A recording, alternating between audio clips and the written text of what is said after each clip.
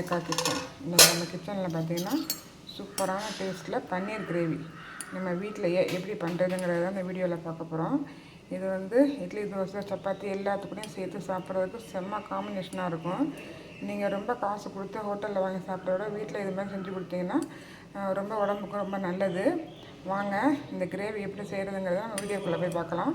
சூப்பரான பன்னீர் மசாலா சூப்பராக வீட்டிலையே ரெடி பண்ணுறது எப்படிங்கிறத பார்ப்போம். வாங்க. 200 கிராம் பன்னீர் எடுத்து இந்த மாதிரி குட்டி குட்டியாக கட் பண்ணிக்கிட்டேன். சின்ன சின்ன பீசஸாக கட் பண்ணிக்கோங்க. கட் பண்ணிக்கிட்டு ஒரு பேன் ஒன்று அடுப்பில் வச்சு ஒரு ஸ்பூன் வந்து நெய் போட்டு அதில் வந்து இந்த பன்னீர் எல்லாம் போட்டு நல்லா வந்து வதக்கிக்கிட்டு இருக்கேன். இது கொஞ்சம் நேரம் இந்த நெய்யிலே வந்து நல்லா ஃப்ரை ஆகட்டும், கொஞ்சம் கலர் சேஞ்ச் ஆகட்டும். பன்னீரை பாருங்கள், நம்ம பன்னீரை வந்து எவ்வளோ தூரமாக சூப்பராக ஃப்ரை பண்ணி எடுத்துருக்கேன் பாருங்கள். இந்த மாதிரி நீங்கள் வந்து பன்னீரை வந்து அந்த நெய்யிலேயே போட்டு இது பண்ணி ஒரு பாத்திரத்துக்கு மாற்றிக்குங்க. நான் ஒரு தட்டுக்கு இப்போ மாற்றிக்கிட்டேன். இது அப்படியே இருக்கட்டும். இப்போ வந்து அதே பேனை வந்து அடுப்பில் வச்சு அதில் வந்து ஒரு 3 ஸ்பூன் வந்து ஆயில் போட்டிருக்கேன். ஆயில் வந்து இப்போ நல்லா காஞ்சிக்கிட்டு இருக்கு. ஆயில் காஞ்சி நம்மளுக்கு வந்து புகை வர ஆரம்பிச்சிருச்சு. இப்போ வந்து ஒரு 3 பூண்டு வந்து குட்டி குட்டியாக நல்லா நைஸாக அரைச்சி வச்சுருக்கேன். இஞ்சி பார்த்திங்கன்னா ஒரு துண்டு அரைச்சி வச்சுருக்கேன். அது ரெண்டையும் வந்து ஃபஸ்ட்டு வந்து இந்த ஆயிலில் சேர்த்துடலாம்.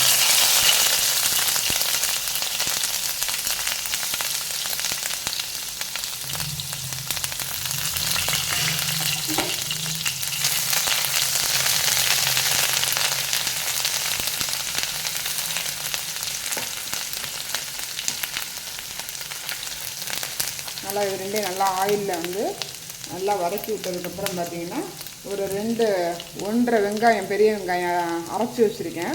அதையும் அது கூட சேர்த்துக்கலாம். சேர்த்து நல்லா வதக்கி விட்டுக்குங்க.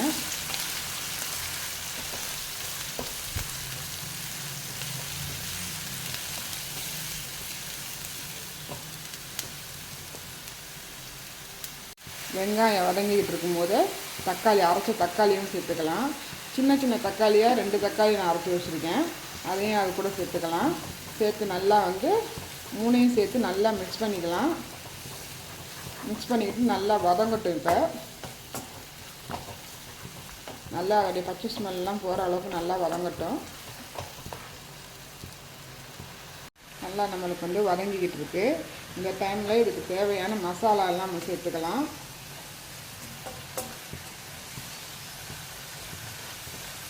சூப்பராக வதங்கிக்கிட்டு இருக்கு. ஃபஸ்ட்டு பார்த்திங்கன்னா மஞ்சள்தூள் சேர்த்துக்கலாம். மஞ்சள்தூள் வந்து ஒரு 1/4 ஸ்பூன் சேர்த்துக்கிறேன். மல்லித்தூள் பார்த்திங்கன்னா ஒரு 1/2 ஸ்பூன் மல்லித்தூள் சேர்த்துக்கிறேன்.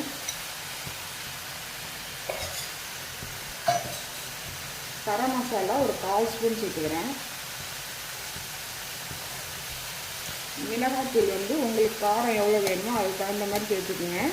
நம்மளுக்கு பன்னீர் வந்து கொஞ்சம் இனிப்பாகவே இருக்கும். அதனால் நான் வந்து கொஞ்சம் காரமாக இருக்கட்டும்னு ஒரு ஸ்பூன் சேர்த்துக்கிறேன். சேர்த்துட்டு நல்லா வந்து இந்த தக்காளி வெங்காயத்தோடைய இந்த மசாலாவும் கொஞ்சம் நல்லா வதங்கட்டும்.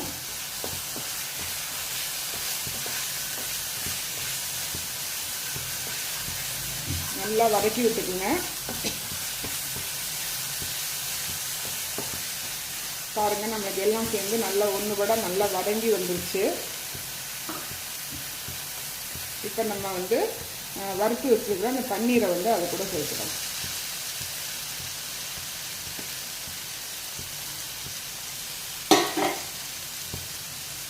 அதையும் சேர்த்து நல்லா மிக்ஸ் பண்ணி விட்டுக்கலாம். பாருங்கள், நம்மளுக்கு சூப்பராக வதங்கிக்கிட்டு இருக்கு. நம்ம வந்து இன்றைக்கி சப்பாத்திக்கு ரெடி பண்ணுறதுனால கொஞ்சம் கிரேவியாக இருந்தால் சூப்பராக இருக்கும். அதனால் நான் இப்போ பார்த்திங்கன்னா சும்மா கொஞ்சமாக ஒரு கைப்பிடிக்கும் கம்மியாகவே வந்து தேங்காய், ஒரு 1/4 ஸ்பூன் வந்து மிளகு, 1/4 ஸ்பூன் வந்து ஜீரகம், 1/4 ஸ்பூன் வந்து சோம்பு அரைச்சி வச்சுருக்கேன். அதையும் அது கூடயே சேர்த்துக்கலாம்.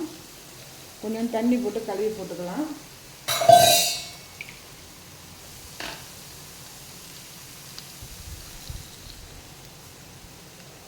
ஊற்றிட்டு இதுக்கு தேவையான அளவு உப்பை சேர்த்துக்குங்க.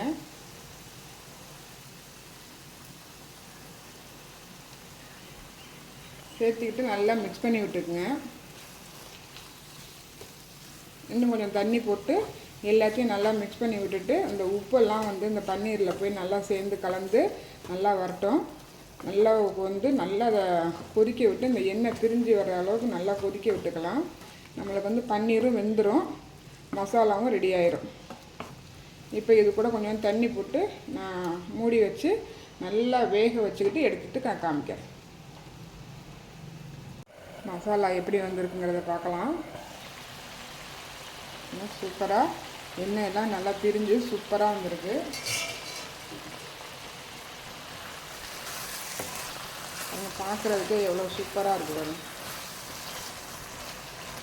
இந்த நல்லா பன்னீரும் வந்து நல்லா வெந்துருச்சு. இப்போ கடைசியாக பார்த்தீங்கன்னா நான் ஒரு கொத்து கருவேப்பிலையும் கொத்தமல்லி தழை பார்த்தீங்கன்னா குட்டி குட்டியாக கட் பண்ணி வச்சுருக்கேன். அதையும் அது கூட சேர்த்துக்குவோம்.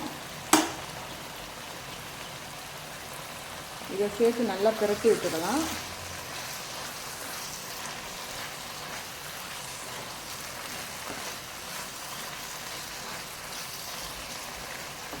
சூப்பரான பன்னீர் மசாலா சூப்பராக ரெடி ஆயிடுச்சு.